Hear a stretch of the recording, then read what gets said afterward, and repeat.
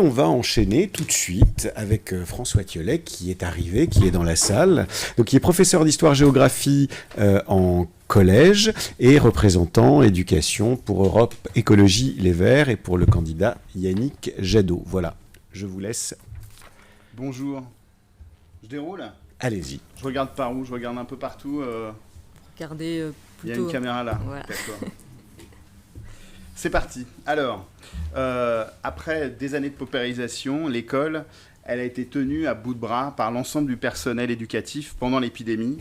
Et c'est une école qui a plutôt tendance à se dévitaliser directement sous nos yeux, avec des démissions en cascade, avec des enseignants qui sont à bout de souffle, avec des difficultés de recrutement. Et les dotations horaires globales qu'on a pour l'année qui vient confirment cette baisse, 7 900 postes en moins. Ça fait l'équivalent de 175 collèges. Voilà la rentrée de 2022 de Macron et Blanquer, et qui nous promettent finalement 50 plus d'un pilotage assez autoritaire et centralisé, qui gère en direct les programmes scolaires, qui gère en direct la réforme du baccalauréat, une logique un peu d'évaluation permanente, de compétition en fait de tous les établissements contre tous les établissements et des élèves chacun pour soi. Et finalement, c'est la même logique que ce qui est appliqué depuis Nicolas Sarkozy pour la police, pour la justice et pour l'hôpital. On l'a vu récemment, cette logique de tarification à l'acte qui fait que l'objectif en fait de l'évaluation et du résultat condamne un pilotage qui soit un pilotage bénéfique aussi pour les enfants. Alors le projet d'Yannick Jadot pour l'école, quel est-il ? C'est l'idée de faire une école qui soit désirable de tous les savoirs pour tous les élèves. L'éducation, ce n'est pas qu'une question d'enseignants et de collège, lycée ou d'école, c'est aussi une question qui concerne l'ensemble de la société, les parents, les associations, les collectivités locales, l'éducation populaire, qui est quelque chose de très important pour nous, et tout ça dans le respect du rôle de chacun. Et le rôle d'un ministre de l'Éducation, le rôle d'un gouvernement, c'est plutôt de donner un cap et de donner les moyens pour aller vers ce cap, plutôt que de diriger directement les réformes de l'école. Pour ça, la méthode qu'on va utiliser, ça va être la méthode de la conférence de consensus.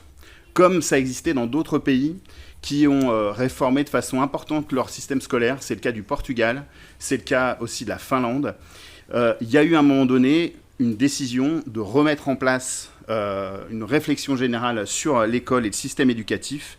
Et donc, c'est la première chose qu'on fera. Une conférence de consensus, on prendra le temps de proposer les réformes, proposer les propositions que nous avons et de les partager avec les parents, avec les enseignants et avec tous les acteurs que j'évoquais tout à l'heure. Et c'est dans ce cadre qu'on évoquera aussi la question des rythmes scolaires, puisqu'il n'y a pas de tabou, il n'y a pas de totem. L'enjeu, c'est d'avoir une discussion qui soit ouverte, qui soit franche et qui soit large. Aujourd'hui, en fait, on a une école où des lycéens, des collégiens doivent se lever à 6 heures pour prendre un bus à 7 heures, pour avoir cours à 8 heures, pour rentrer à 18 heures, arriver à 19 heures, finir à 20 heures pour recommencer le lendemain. Ce n'est pas des rythmes scolaires qui sont très bons pour nos jeunes. Et donc, on a un souci d'une journée qui est très dense, là où elle devrait permettre à chacun de s'épanouir. Et c'est la même chose pour les enseignants. C'est-à-dire que les journées des enseignants sont elles aussi très denses, puisque évidemment, en plus des heures de cours, il y a toutes les heures de préparation, les heures de concertation. Quand vous faites une réunion de parents qui dure jusqu'à 22 heures le soir, vous n'avez pas de récup le lendemain, vous recommencez à 8 heures. Ça, c'est quelque chose dont on doit tenir compte dans la manière de traiter les enseignants. Premier objectif, c'est d'avoir une école qui prenne soin de ses enfants, des éducateurs. D'abord, sauver la rentrée 2022 avec 1000 postes environ à disposition des rectorats. Ensuite, refonder la formation initiale pour favoriser une entrée progressive dans l'établissement. Notamment, une proposition, c'est de labelliser les licences universitaires avec un label enseigné-éduqué, puis 2 années de formation pour une entrée progressive qui associe enseignants du primaire et du secondaire. On veut travailler aussi sur l'accompagnement quand on est dans le métier, l'accompagnement qui soit le plus individuel possible. On recrutera 65 000 enseignants, c'est l'objectif pour la mandature. Pour ça, ces 65 000 enseignants, c'est à la fois des rattrapages, mais c'est aussi permettre dans le secondaire d'arriver à des objectifs, mais aussi dans le primaire de 25 élèves par classe, de permettre du co-enseignement, de permettre de temps de concertation. Ça passe aussi par une titularisation progressive de tous les enseignants contractuels. On veut aussi favoriser la prévention contre tous les problèmes d'addiction, d'obésité, de cyberharcèlement. Et pour ça, on renforce aussi les personnels non éducatifs, les médecins scolaires, les assistants sociaux, les infirmières, les AED. On titularise les AESH. Enfin, on propose une augmentation des salaires, 10% immédiatement, un dégel du point d'indice pour rattraper. L'objectif, c'est d'arriver à peu près à la moyenne de l'OCDE, puisque notre pays est assez éloigné de cette moyenne de l'OCDE, et d'arriver à 20% d'augmentation à la fin du mandat. Deuxième objectif, une école qui soit juste et accueillante. Dans le système scolaire français, il reste toujours une espèce de fable méritocratique qui laisserait à penser que si on travaille bien, on y arrivera. Or, pourtant, on sait très bien que l'école française est une de celles en Europe qui réduit le moins les inégalités sociales. Donc, on doit agir là-dessus. Premièrement, on doit mettre fin à la ségrégation scolaire des élèves en travaillant sur la carte scolaire, en donnant à tous les établissements, qu'ils soient publics ou privés, des objectifs de mixité sociale, et en finançant les établissements par ce qu'on a appelé une dotation progressive des établissements. Il y a déjà des départements qui l'ont mis en place. Il y a un exemple dans le Nord, c'est le cas aussi en Haute-Garonne, pour les bâtiments du collège, mais on peut appliquer ça à l'éducation nationale en son ensemble. Évidemment, on ne va pas faire ça brutalement, on va faire ça, d'abord se mettre d'accord sur les critères, comment est-ce qu'on met ça en place. On préserve évidemment ce qui est aujourd'hui le REP, il n'est pas question d'y toucher, mais par contre, on souhaite avoir une action qui se passe au deux bouts de l'échelle, puisque aujourd'hui, un élève de centre-ville en classe prépa, il coûte beaucoup plus cher qu'un élève en collège de quartier. On prolongera la culture commune au lycée. On veut aussi renforcer l'enseignement professionnel sous statut scolaire. Dans l'enseignement professionnel, c'est l'augmentation des heures d'enseignement général pour notamment la formation citoyenne. Et on veut développer des lycées polyvalents regroupant les voies générales et professionnelles. Et on veut aussi agir sur l'ensemble, et notamment les cantines, pour permettre à tous les élèves d'avoir accès à une nourriture de qualité et biologique. Troisièmement, on veut une école coopérative et citoyenne. Une école qui, en France, aujourd'hui, on a une culture de l'apprentissage intensif et de l'évaluation permanente, et ça a été largement renforcé par Blanquer. Aujourd'hui, 73% du temps scolaire est consacré aux disciplines fondamentales, là où la moyenne européenne est plutôt de 50%. Nous souhaitons déhiérarchiser les savoirs, c'est plutôt d'apprendre à apprendre, sortir des évaluations formatées et sortir de la logique qui a été celle un peu de Blanquer quand il est arrivé, c'est de renvoyer les profs dans leur classe. Là où avant il existait pas mal de projets de coopération, c'était le cas par exemple au collège de ce qu'on appelait les EPI, c'était le cas aussi des TPE, et bien tout ça, ça a été supprimé pour renvoyer les profs dans leur classe et avoir une gestion très individuelle du management. On veut plus d'autonomie pédagogique d'établissement, et une autonomie des équipes, c'est pas pour nous une autonomie des chefs d'établissement, mais bien un soutien à l'innovation pédagogique publique. Nous formerons davantage les enseignants en pédagogie coopérative pour donner une place plus importante à l'élève. C'est aussi une école citoyenne, avec une place plus grande donnée aux travaux collectifs, au débat dès le plus jeune âge, et en particulier au collège. C'est par exemple soutenir les projets de médias scolaires en nous appuyant sur les réseaux d'éducation populaire, favoriser les pratiques démocratiques à l'école, les maisons des élèves, la conduite de projets par les élèves, etc. On veut aussi assurer une indépendance des programmes avec l'indépendance du Conseil supérieur des programmes en une haute autorité. Le modèle, c'est plutôt la haute autorité sur le climat. C'est-à-dire que les programmes ne doivent pas être déterminés par le ministre ou par les parlementaires. Ils doivent être d'abord déterminés selon des critères qui soient des critères scientifiques et donner à cette autorité indépendante une capacité de proposer pour une réforme du programme qui ne soit pas des réformes brutales, mais qui soient des réformes concertées et progressives. Enfin, on souhaite une école de tous les savoirs ouverte sur le monde. Mettre fin à la ségrégation, c'est aussi permettre à tous les élèves d'étudier ensemble, notamment jusqu'à la fin du collège, jusqu'à 16 ans. Ça, pour le coup, moi, l'expérience que j'ai de prof principal de 3e, c'est à la fin de la 3e, des élèves qui doivent faire le choix du lycée professionnel ou de l'apprentissage et qui finalement n'ont rencontré que peu d'expériences pratiques au cours de leur scolarité pour choisir une voie professionnelle, en dehors de la techno et un petit peu des sciences. Donc, excusez-moi un instant, juste pour que tout le monde soit dans les mêmes conditions, je vais vous demander de raccourcir un petit peu. De toute façon, des questions viendront ensuite pour compléter votre propos. Pas de souci. Merci beaucoup. Faut que je finisse. Moi, j'ai 1 minute encore sur mon... Eh bien, c'est pour ça que je vous le signale. Ok, vous m'avez fait peur. J'ai cru faire... On est bien, mais voilà, comme je... Donc, ce qu'on va proposer, c'est des apprentissages pratiques qui s'appuient d'abord sur ce qui existe déjà de façon très large.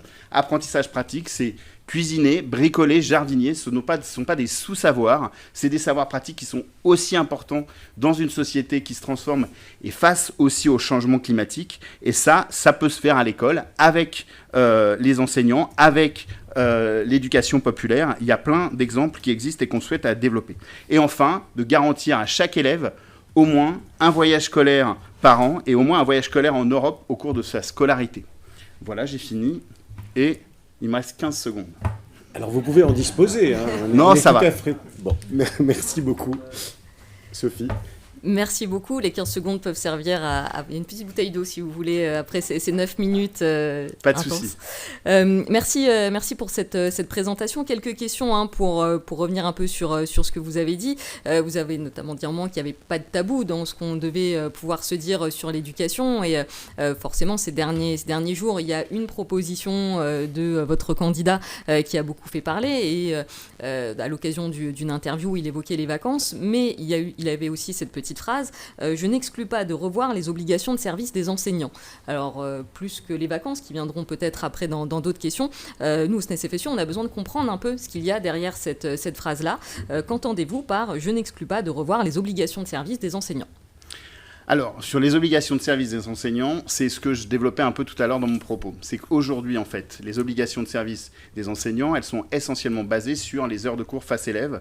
Et il y a quelques heures supplémentaires, mais finalement, tout le reste est complètement invisibilisé. Le travail à la maison, le travail de rencontre avec les parents, le travail aussi en réunion. Dans plein de métiers, en fait, vous avez du temps de réunion, vous avez du temps de récupération. Pour les enseignants, en fait, ça n'existe pas. C'est ça, revoir les obligations de service, c'est de réfléchir ensemble à comment on va vers un calcul en fait des horaires de service des enseignants qui sont aujourd'hui bien au-delà des 35 heures et qui sont plutôt autour de 42 heures voire 45 heures et qui tiennent compte de toutes les tâches qui sont accomplies par les enseignants. Donc ça voudrait dire très concrètement que l'obligation réglementaire par exemple d'un certifié, ça ne serait plus 18 heures mais plus ? Enfin, ça veut dire qu'on veut mettre le débat sur la table. Je ne sais pas si c'est plus. Ce que je veux dire, c'est que parce qu'en fait, quand vous dites 18 heures, vous dites 18 heures face à élève. Moi, ce qui m'intéresse, c'est qu'il peut y avoir moins d'heures face à élève, mais s'il y a plus d'heures de projets qui sont réalisés et dont on tient compte. S'il y a pour tous les élèves, les parents, tous les profs, 1 heure de concertation hebdomadaire qui est contenue dans le temps scolaire. S'il y a une capacité de récupération. Si je vous dites plus que 18 heures, en fait, tout de suite, tout le monde pense heure face à élève. Mais justement, c'est ça aussi qu'on veut dépasser, c'est de dépasser simplement la logique du comptage des heures face à élève, qui laisse à penser que les enseignants ne travailleraient pas beaucoup. D'accord. Une autre question, vous avez évoqué la façon de concevoir les programmes, et c'est vrai qu'aujourd'hui, le Conseil supérieur des programmes, que Jean-Michel Blanquer nous avait présenté comme étant indépendant, on a bien vu à quel point il a été finalement une courroie de transmission de l'ensemble de ces réformes, et vous évoquez cette instance de concertation en fait, pour élaborer des programmes. À l'intérieur, il y aurait finalement des représentants des enseignants, mais comme vous évoquiez tout à l'heure la nécessité d'ouvrir en fait à d'autres acteurs, est-ce que vous y mettez aussi des représentants de parents d'élèves ? Parce qu'il m'a semblé vous lire il y a quelques semaines en évoquant le fait qu'il y aurait aussi des représentants de parents d'élèves. Est-ce que ça veut dire pour vous que les parents d'élèves ont leur mot à dire sur les programmes et sur ce qui est enseigné dans les collèges et les lycées ? Je pense que la société, elle a son mot à dire sur les programmes, de comment c'est fait. En fait, l'idée, c'est plutôt le modèle, je vous dis, c'est la haute autorité indépendante sur le climat. Donc il y a principalement des scientifiques qui sont des professeurs de sciences sociales, des pédagogues, qui sont des enseignants, qui eux font des propositions, et plutôt des propositions à long terme. À la limite, ce qui était pas mal, c'est ce qui existait il y a une vingtaine d'années, c'est qu'on ne réformait pas tout d'un coup au collège ou au lycée, mais on y allait année par année, on faisait un niveau et après un niveau. Mais il faut que dans cette instance, à un moment donné, il y ait une capacité de consulter à la fois les parents d'élèves, à la fois aussi les collectivités locales, à la fois les associations d'éducation populaire, sous la forme consultative. Mais ce n'est pas eux qui décident, mais c'est l'autorité en fait, qui fait des propositions d'aménagement de programme. Ce qui me paraît surtout important, c'est de couper le lien direct entre le ministère et le Conseil supérieur des programmes. Alors, une question sur les salaires, parce que c'est un sujet qui forcément est au cœur des préoccupations des collègues. En tout cas, nous, au SNES-FSU, dans tous les échanges qu'on peut avoir avec nos collègues, on sent bien que c'est la priorité numéro 1 et c'est aussi celle qu'on porte. Concrètement, que portez-vous pour les salaires ? Le salaire d'un débutant, pour vous, qu'est-ce que c'est ? Le salaire d'une AESH, qu'est-ce que c'est ? Voilà, que portez-vous sur la question des salaires pour les personnels de l'éducation nationale ? Alors, sur les salaires, ce qu'on a dit, c'est l'objectif, c'est de rattraper la moyenne de l'OCDE. Donc ça veut dire, ce qu'on a annoncé, c'est d'avoir une augmentation dès la rentrée de plus 10% pour l'ensemble des salaires des professeurs. Ensuite, la progression, elle va plutôt concerner ceux qui sont en début, en milieu de carrière, qui sont en dessous de cette moyenne de l'OCDE. Parce qu'on a aussi des enseignants qui sont au-dessus de ces moyennes, tant mieux pour eux. Et donc l'objectif, c'est plutôt de réduire et de rattraper un petit peu les écarts. Sur les AESH, aujourd'hui, elles travaillent la plupart à temps partiel pour finalement moins que le SMIC. L'objectif, c'est d'avoir soit un équivalent à temps plein qui permette d'avoir 35 heures ou au moins 32 heures, soit d'avoir un minimum de salaire qui permette d'atteindre au minimum un SMIC. La question pour les AESH, c'est qu'évidemment, de but en blanc, c'est compliqué de dire vous allez 35 heures dans l'établissement par rapport à comment l'organisation travaille. Mais c'est pareil pour les AESH. Les AESH, elles ont besoin de temps de préparation, elles ont besoin de temps de concertation, et pour elles aussi, ce temps doit être pris en compte. Merci. Peut-être que Marie-Laure, il y a quelques commentaires ou quelques questions, ou sinon on peut aussi... Oui, alors il y a beaucoup de commentaires dans le chat sur cette fameuse redéfinition de nos services et sur les vacances d'été, qui a fait déjà beaucoup réagir ces derniers jours. Et là, on voit bien que chez les collègues qui s'expriment, en tout cas dans le chat, ça ne passe pas. LD qui nous dit travailler plus pendant les vacances alors que les études montrent qu'on travaille déjà pour préparer l'année qui vient. En fait, il n'est pas question, et il a réaffirmé plusieurs fois, de toucher aux vacances des profs. La question, c'est le temps de travail, le temps des élèves, le temps de présence scolaire en classe. Et il ne s'agit pas du tout de toucher au congé des professeurs, et ce n'est pas non plus ce qu'il y avait dans le propos de Yannick Jadot. Que ce soit clair et qu'il n'y ait pas de confusion là-dessus. La piste de réflexion, c'est d'avoir une réflexion sur les rythmes scolaires qui concernent la journée, qui concernent la semaine et qui concernent le rythme des vacances. C'est pas simplement que les grandes vacances, c'est aussi les petites vacances. Vous avez des alternances avec un zonage qui est calé sur les professionnels du tourisme, là où il y a 8% en fait, des Français qui vont faire des sports d'hiver. Mais quand vous avez des semaines qui font 5 semaines parce que vous êtes la première zone à partir et qu'à la fin, vous vous retrouvez à quasiment 11 semaines à la fin de l'année, ça n'a pas de sens. Donc c'est ça la réflexion. Mais on ne touche pas au congé des professeurs. Alors, on voit bien quand même qu'il y a une inquiétude, il y a des protestations quand même chez les collègues qui, avec ce sous-entendu qu'on ne travaillerait pas assez. C'est ce que dit Emma aussi dans le chat, qui rappelle 1 heure face aux élèves, c'est au moins 2 heures de travail réel, voire même 3 heures pour certaines classes. Nathalie qui se pose la question, est-ce que Yannick Jadot trouve que nous ne travaillons pas assez en ce moment ? Bon voilà, il y a encore, ça va continuer visiblement à faire réagir. Autre sujet, alors Juste sur ce sujet, et oui. Après j'arrête. C'est un peu ce que j'ai essayé d'expliquer tout à l'heure, c'est qu'on a bien conscience que 1 heure face à élèves, c'est pas juste 1 heure de travail. Et donc c'est aussi pour ça qu'on veut avoir une réflexion sur le temps global de travail des enseignants. C'est pas pour les faire travailler plus, c'est pour justement tenir compte de ce travail invisible. Alors, autre sujet, une question de Xavier. Que pensez-vous de la réforme du bac et de ses conséquences néfastes, qu'il juge néfastes? Garderez-vous le bac tel que Blanquer l'a réformé?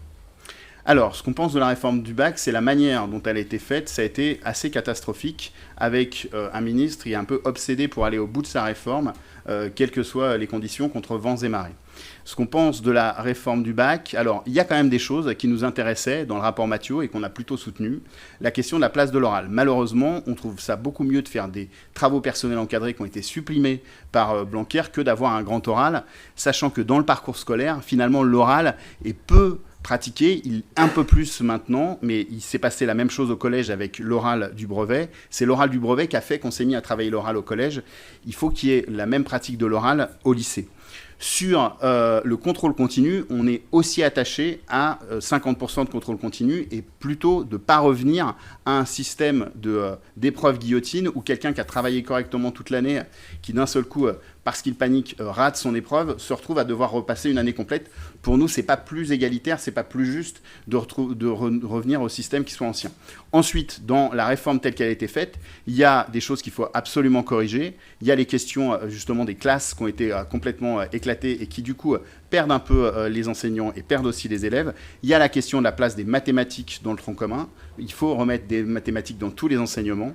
Et là encore, ce qu'on souhaite, c'est une concertation qui soit large avant de dire, voilà, la solution c'est ça, ou dire on arrête tout et on revient à ce qui était avant, pour que cette réforme elle soit acceptée, elle puisse être mise en place par tout le monde. Le dernier truc, c'est, ils sont revenus sous la force des choses avec le Covid, c'est les épreuves anticipées. On ne peut pas non plus avoir un bac qui soit finalement une espèce de compétition, enfin je l'ai dit dans mon propos, hein, une évaluation, une compétition permanente avec des évaluations tout au long de l'année, voire des épreuves anticipées. Et puis un système d'orientation Parcoursup qui fait que finalement, en fait, comme vous remplissez ça au printemps, et ben tout ce que vous allez faire après finalement reste presque secondaire. Alors, peut-être justement sur la question du baccalauréat que vous venez de développer, il y a plein de choses, peut-être une petite contradiction en disant qu'il faut éviter la course à l'évaluation permanente et en disant qu'on peut avoir aussi du contrôle continu. En tout cas, nous, on voit bien en tant que professionnels que le contrôle continu, c'est la course à l'évaluation permanente. Je voudrais revenir sur la question de l'oral. Vous avez fait parfois aussi un parallèle avec le collège. Concrètement, pour vous, comment est-ce qu'on prépare correctement l'oral au lycée ? La préparation de l'oral au lycée, c'est plutôt de la pratique de l'oral. Mais pour le coup, c'est au lycée comme au collège. C'est-à-dire qu'une grande partie, finalement, des évaluations au cours de l'année et des préparations au cours de l'année se font... En fait, on fait de l'oral pour préparer l'oral de français et on fait de l'oral pour préparer un petit peu ce grand oral. Mais pour le coup, les profs comme les élèves, ils ont dû bricoler à chaque fois sur la préparation de cet oral. Il faut que ce soit des pratiques qui soient plus courantes et plutôt que l'oral en tant que tel, c'est plutôt les pratiques collectives de l'oral qui nous intéressent. Sur le contrôle continu, il ne faut pas que le contrôle continu soit de l'évaluation permanente. Il faut que le contrôle continu permette finalement une évaluation qui soit bienveillante. C'est par exemple le fait de ne pas forcément rentrer toutes les notes dans le contrôle continu. C'est aussi travailler sur la concertation entre les enseignants, entre les établissements d'un même bassin, pour avoir des épreuves qui soient des épreuves communes et pour échelonner cette évaluation. Mais on fait aussi confiance aux enseignants pour définir et évaluer correctement leurs élèves. Et juste pour finir sur la question de l'oral, aussi bien en collège qu'en lycée, parce que c'est un sujet en tant que professionnel dans les classes qui forcément nous intéresse aussi beaucoup. Vous avez évoqué la façon de le préparer. Il me semble qu'il y a peut-être une question aussi à poser sur les effectifs, parce que la question de la préparation de l'oral et plus globalement de la réussite de nos élèves, pour nous, passe aussi par la question des effectifs dans les classes. Là-dessus, quels sont les éléments que vous pouvez avancer ? Je l'ai dit tout à l'heure, je crois. L'objectif, c'est 25 par classe. Donc, partout, quel que soit... Partout. A priori, la priorité dans les propositions d'Yannick Jadot, c'est plutôt de réduire d'abord les effectifs en maternelle. Et ensuite, sur le reste, c'est d'aller progressivement vers 25 par classe, d'abord au collège et puis ensuite au lycée. Mais c'est ça l'objectif. Et un objectif de fin de quinquennat ou de... C'est un objectif de fin de quinquennat. Faut être honnête sur la capacité à mener les réformes. C'est pareil que sur les embauches d'enseignants. On annonce 65 000, on sait très bien qu'on ne va pas tous les embaucher à la rentrée 2022. Bien, je ne sais pas si Marie-Laure, il y a une dernière question, sinon, ou quelques commentaires, sinon on peut aussi avancer en fonction de ce que tu lis, de ce que nous disent les internautes en direct. Oui, alors une dernière question rapidement pour respecter l'égalité de parole. Une question de Maëva sur le recrutement. Vous avez parlé de la titularisation des contractuels. Comment ? En CDI, par concours ? Comment ça va se passer ? Une intégration progressive dans la fonction publique, avec dans le corps des certifiés, avec plutôt une validation des acquis et plutôt évidemment en CDI. Après, on sait aussi que c'est une demande, enfin c'est pas une obligation, parce qu'on sait aussi que c'est une demande de certains de rester contractuels. On doit permettre ça. Après, la plupart... Souvent, c'est plutôt de la précarité qu'attendent les contractuels. Donc, c'est de les amener progressivement à intégrer le corps de l'enseignement. Donc, ça peut être par les concours internes, ça peut être par la validation des acquis. Merci, en tout cas, vraiment merci de vous être déplacé, d'avoir joué le jeu des très nombreuses questions sur des sujets très divers, dont certains ont fait effectivement la une de l'actualité. Mais merci d'avoir joué le jeu avec toutes ces réponses. Merci à vous de mettre l'éducation au cœur de cette campagne. Oui. Merci d'avoir répondu donc à ce feu nourri de questions. Merci à François Thiollet. Bon retour, et puis on est rassuré, on garde nos dates de départ et on garde nos billets, on ne les change pas. Voilà.